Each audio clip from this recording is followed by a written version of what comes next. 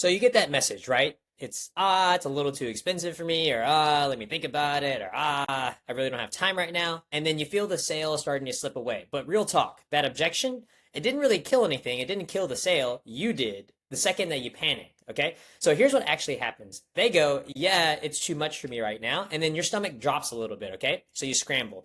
Maybe you start arguing with them. You're like, no, think about the ROI. Or you fire off this giant wall of text, 3 paragraphs deep. Or you panic and go, okay, like I can do 20% off. Or you end up just folding. No worries, let me know. And you walk away from a deal that wasn't even dead yet. All four of those things do the exact same thing, right? They tell the prospect, yep, you were right to doubt this. But the reality is that an objection was never a no. It's a question in a costume, okay? Too expensive, quote unquote, isn't go away from me. It's show me why it's worth it. Let me think about it isn't no. It's there's one thing I'm unsure about and haven't said it out loud.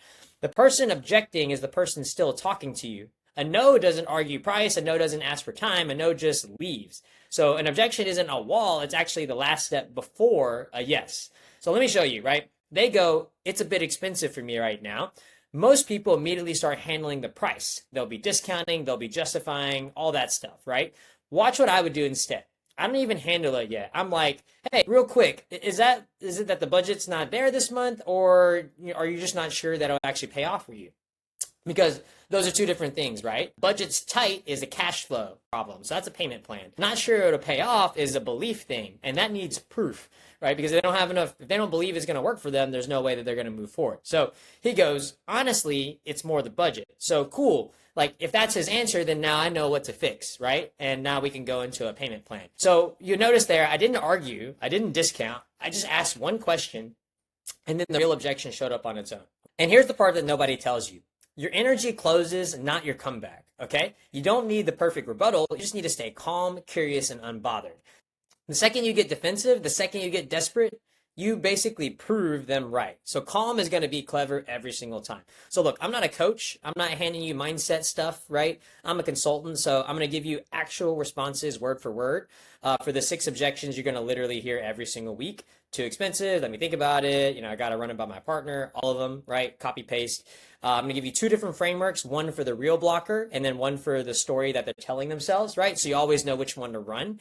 And plus the question that tells the fake objection from the real one. The kicker is most of these never even had to come up to begin with because all problems come upstream. So we'll handle the ones that you get, but if you fix your conversation before they see the offer, then you're barely going to get them anymore anyway, right? So objections aren't walls. They're the last step before the yes. So by the end of this video, you're going to hear it's too expensive and lean in instead of freezing up. So grab a pen and let's get into it. So in today's presentation is going to be how to handle any objection in the DMs, the exact responses word for word, right? Let's get right into it. So let's talk about the first kind of big pillar here, which is an objection isn't a no, it's just a question in a costume, okay? So if someone says, too expensive, let me think about it, no time, these aren't rejections. Like these people are not saying no to you, right? They're requests for more information that you either haven't clearly communicated yet, or maybe they want to clarify from seeing the offer, right?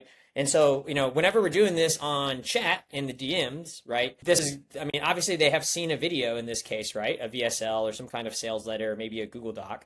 But either way, right, even though they've seen this thing, that's okay because it's usually a lot of information at one time. And people have like a natural filter, right? So, when people read or see something for the first time, the first thing that they see is usually what they have programmed themselves to look for, but they're not necessarily seeing everything in total, right? So, for example, you may have had this happen with a friend or two, right, where you say something and then the thing that they pick up from what you said is not at any bit at all what that full conversation was about or that full context, right? So remember that an objection or a clarification isn't a no, it's just a question, right? So here's what you're going to learn today, or the plan, right? Number 1, we're going to cover why objections aren't no's, how to reframe them so that way they lose their power.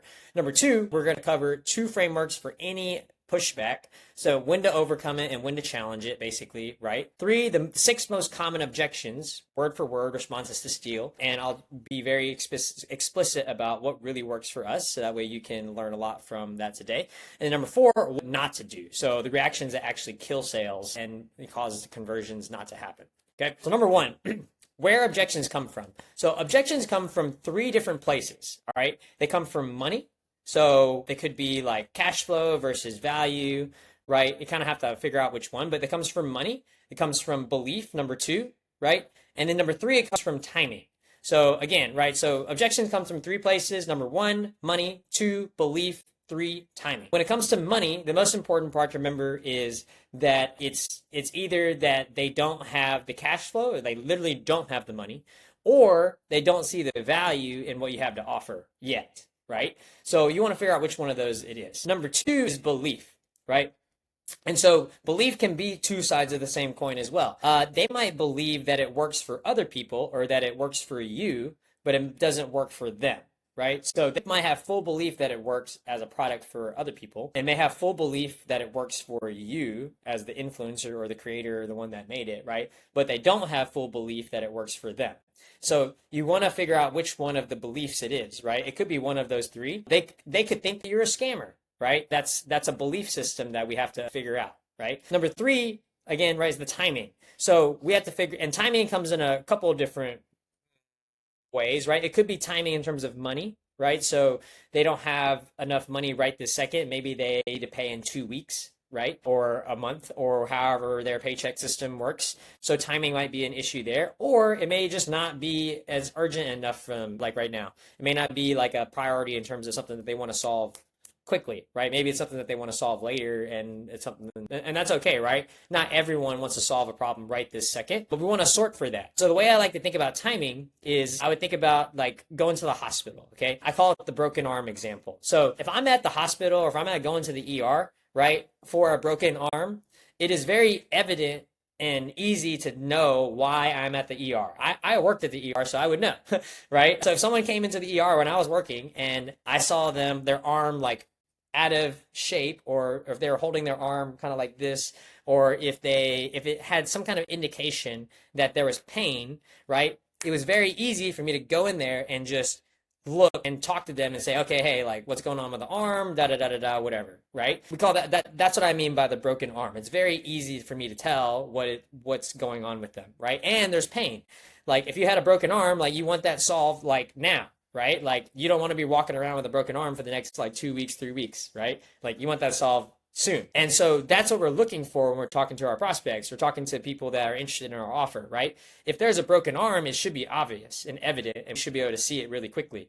But if there is no broken arm, then maybe it's the timing is not quite there, right? So let's go over the two situations, or two kind of ways to overcome objections, okay? And these are the two frameworks we're going to talk about today as well, right? So whenever and specifically this is after someone has seen the offer, to give more context there, right? So we're either going to overcome their objection, or we need to challenge the belief or challenge them in order to move them forward, right? And so you're going to find that whenever you're implementing this DM sales process for yourself, right, there's going to be times when a prospect responds a certain way, and then you need to challenge their beliefs. And then there's going to be other times where it's like an objection about like logistics, or an objection about like maybe they don't feel like the program works for them, or maybe they don't feel like the program will work in their niche. Like that's an objection, right? And also a belief at the same. There's two frameworks for each. We'll cover both of them today. Okay. So when it's a real blocker, like an objection we need to overcome, right? This is the framework that I've been running for years now. Okay. And so I'm going to share it with you today. You take this, run with it, do what you need to do, right? But this is the stuff that I drill on my team all the time for my sales reps. Okay. So the six-step overcoming framework for overcoming objections, right, is number one, we want to clarify. Okay. So we need to first clarify, because we need to know what they're talking about, and they need to know what we're talking about. And I know that's a very simplified explanation of clarification, but that's literally what it is, right? So clarifying could be as simple as making sure they understand what's offered in the program. It could also be clarifying, like making sure that we understand what objection we need to cover, and that's kind of more relevant for the case right here, right? We need to clarify what objection we need to cover. So if they say time, right, it's like, okay, what about time? Like, is it that you don't feel like you have enough time? Is it that you have enough, that you have a job or another job that you're worried about fitting into your schedule? Like, tell me more is a good way to say it, right? So let's clarify. And then once we've clarified with them, we go to number two, which is we isolate the objection, okay? So we are going to pinpoint the specific blocker. So if they said time, it's not just time, it's I feel like I don't have enough time because I have two jobs or something like that, right? So we want to isolate the specific objection.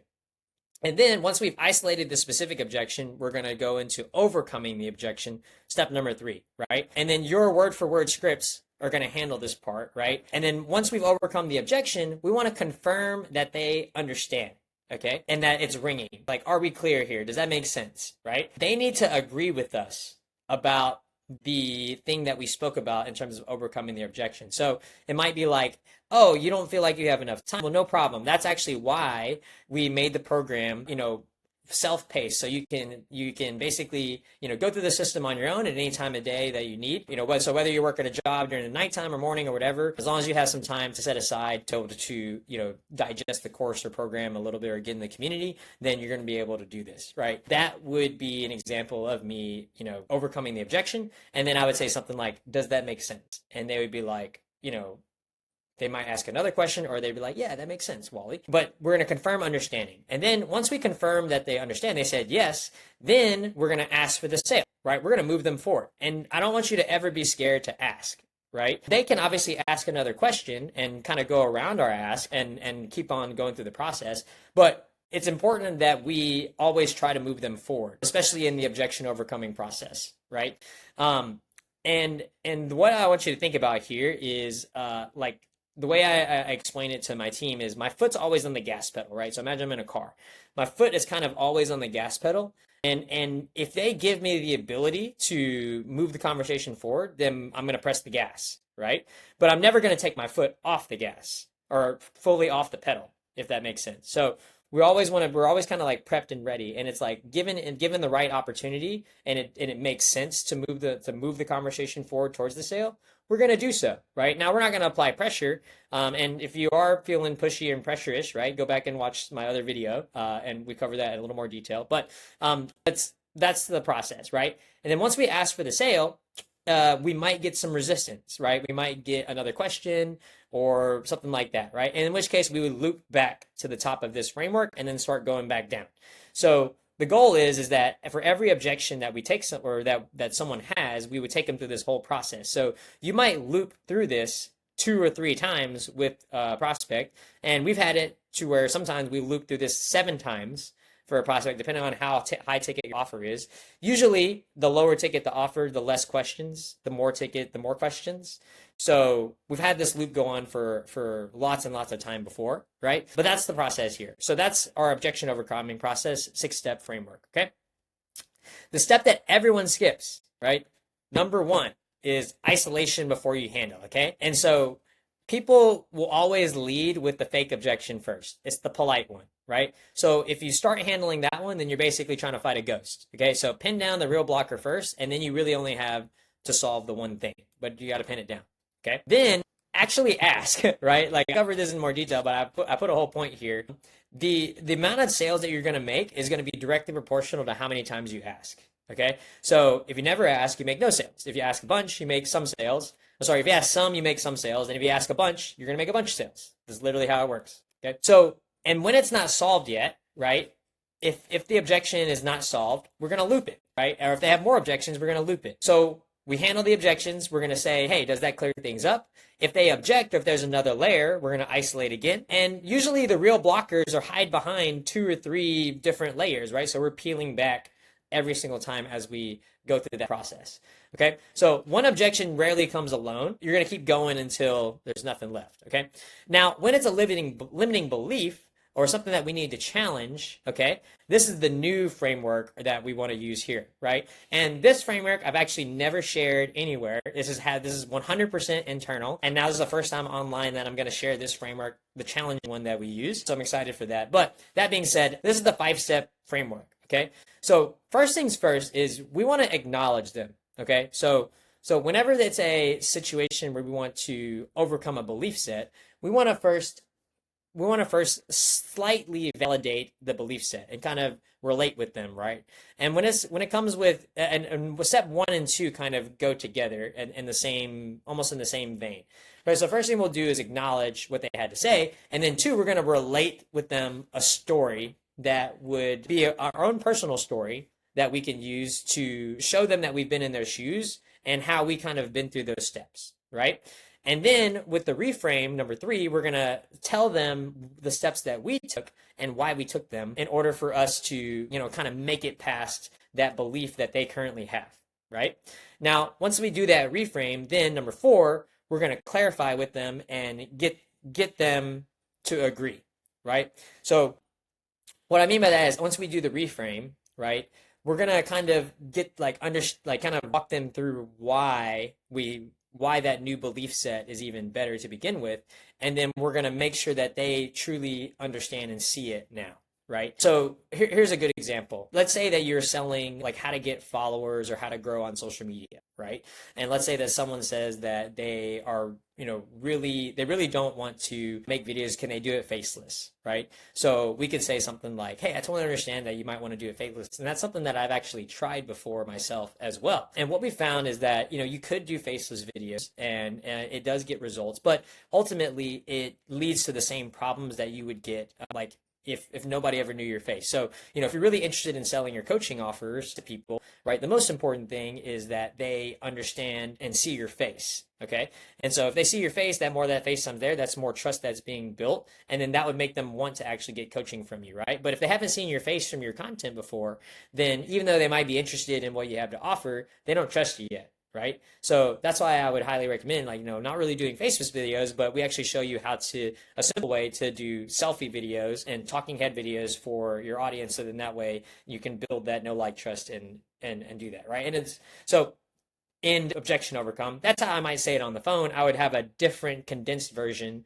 of that for someone via chat. Right? But that's kind of the idea of the framework, right? So we acknowledge, we relate with the story, we reframe it, we clarify, and then we get them to confirm the new view, right? And then we'd be something like, hey, does that make sense, right? And then they'd be like, yeah, that makes sense. Yeah, I hadn't thought of it like that, or whatever, okay?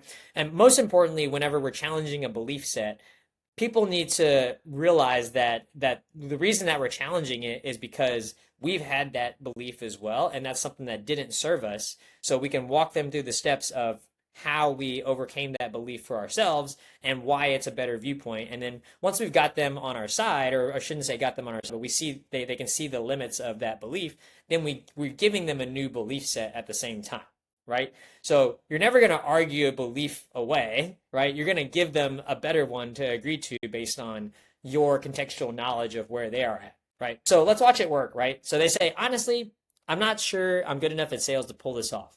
And he'd be like, I hear you, real talk. I felt this exact the same when I started. I was bad at it too. But that's the point. This isn't about being natural. You just run the framework. And the ones winning aren't gifted. They just follow the steps. Does that make sense? And then this person would be like, that actually reframes it for me, right? They wouldn't say reframe. They would say something else. But for the sake of the example, that's kind of how it works, right?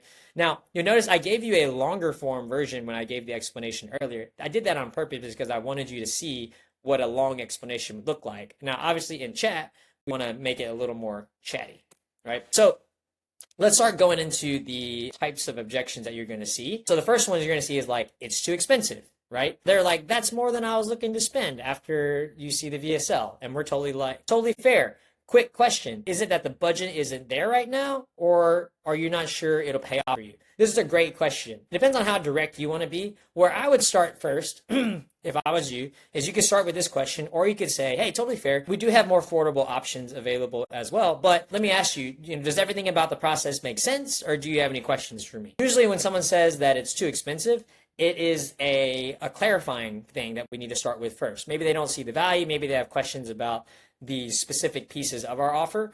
So before we go too much into that, right, I just wanted to show you kind of some angles you can go for this to kind of get the right information. So yeah, that's too expensive. Let me think about it, right? I need some time to think it over.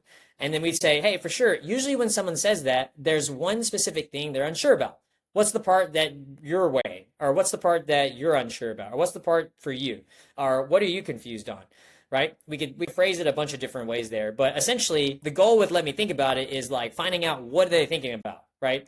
Like if you let this person go off into Never Never Land and think on their own, they are not going to they're not going to think the thoughts that we want them to think, which is why we want to and also let me think about it might be, a situation for them to try to do some research online.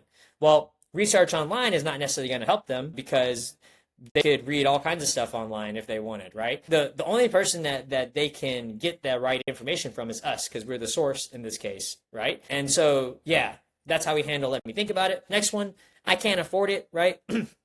I really want to, but I just can't afford it right now. And on here at all, it says, hey, no problem at all. We partner with financing companies to make it work for everyone. Payments as low as $81. Want me to send you a link to see if you qualify, right? Now, I wouldn't send this immediately, right? Like this is a good way to handle the objection as long as we have clarified first and made sure they understand everything about the offer. Yes, but if that is true, then yes, this is a great way to overcome the objection because we want people to feel like they can move forward, right? And so in this case is they like partnering with financing companies to get payments as low as $81, like that makes it reachable for most people, right? And then obviously, they have to qualify for it, but the big number is not so scary if I say $81 a month versus, $997 up front, right? So, and in this case, secret tip for all the people here, if you're working with specific financing companies, they get the payment plan and we get all the money up front, right? So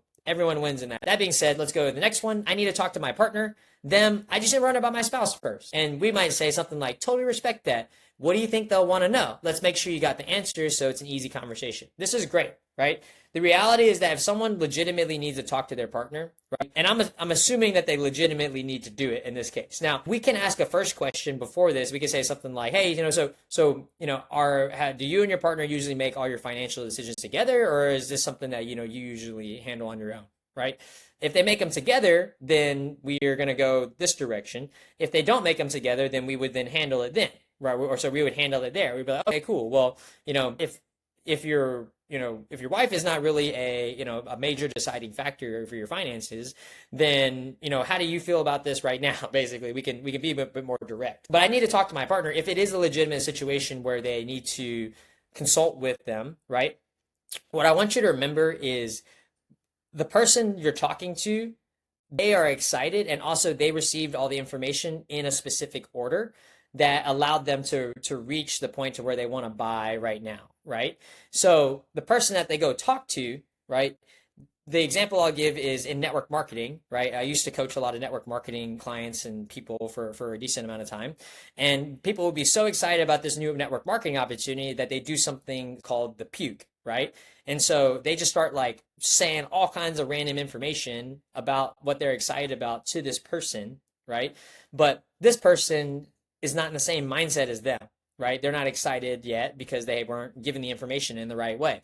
So what you need to do is you need to take that person, the partner or the new person or whoever it is, you want to take them through the same sequence of events that happen to the lead that you're talking to as well, right? So for this person, we want them to go through that process, that same exact flow that you took them through before they got to that sales conversation. And then that's what's going to help prime the partner the right way. Right. So that's really key to explain to people whenever I need to talk to my partner comes up, because otherwise it's not going to work and it's going to go sideways and they will do what we call the puke. That being said, next one, will this actually work for me? Them. So they say, hey, it sounds good, but will it work for my situation? So we would say, great question. That's exactly what I want to make sure of. Okay. And then we would put some kind of relevant proof or testimonial that would fit them. Right. And then we would ask like, what specifically makes you unsure that it would fit? Right. And so this question works really, really great because they're going to bring up some limiting belief or some kind of thing or lie that they were sold by some marketer or whatever online. Right. So that allows us to isolate that specific doubt, and then we can reassure them based on that specific doubt. And what's very key here is specificity. Okay. The way that I explain it to my team, the way I'm explaining it here is people want to be sold in the way that they feel like they should be sold. Okay, so if this person is having a specific concern, then we want to address their specific concern. We want to leave out the other ones. Okay, so like if someone's asking, let's say that you sell social media lead generation, right? And if someone is asking about how you help them with organic content, you probably don't want to talk about ads content at all, if they're not too concerned about it, right? So we only want to talk about things that our prospects or the leads that we're talking to want to speak about. And so if we don't need to bring it up and it's not relevant, then don't do it. Cool. The next one, I don't have time. So they might say something like, I'm interested, but I'm just too busy right now. And you'll say, hey, totally get it. Honestly, that's the exact reason why people start, because the system saves you time once it's set up. Out of curiosity, what's eating most out of your time right now? Now, that's a very vague statement, right? Because the system saves you time once it's set up. We obviously want to cater that a bit more. Or we might say, or it might be like a self-paced course, right? So, hey, that's exactly the reason people usually start, because we have a self-paced program. So you can do 15, 20 minutes every day. And in the next, 7 to 10 days, you're going to be, off to the races, right? Out of curiosity, what's eating most of your time right now? So you can cater this a bit how you want, but you'll notice that with the I don't have time objection, it's more about us figuring out what exactly they like. It's more about us figuring out what's eating up their time first, right? Before we genuinely try to overcome it. And that's the goal of what was happening here. Okay, so let's watch the loop, right? So we'll see a fake one and then a real one based on the screen right here. So they say, I'll need to think about it. And we say, totally. Usually there's one thing that's unclear. What's the part that you want to be sure on? And they say, honestly, I'm not really sure it'll work for my niche.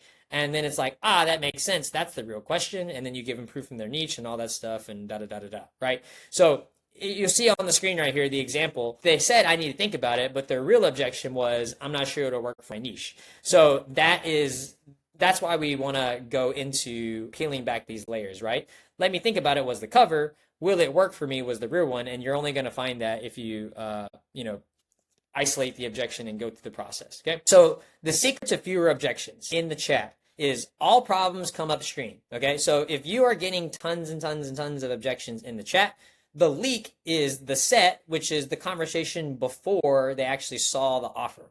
Okay. So if you're getting tons, I will say it again, right? If you're getting tons of objections in the DMs, it means that the leak happened before they actually saw their offer.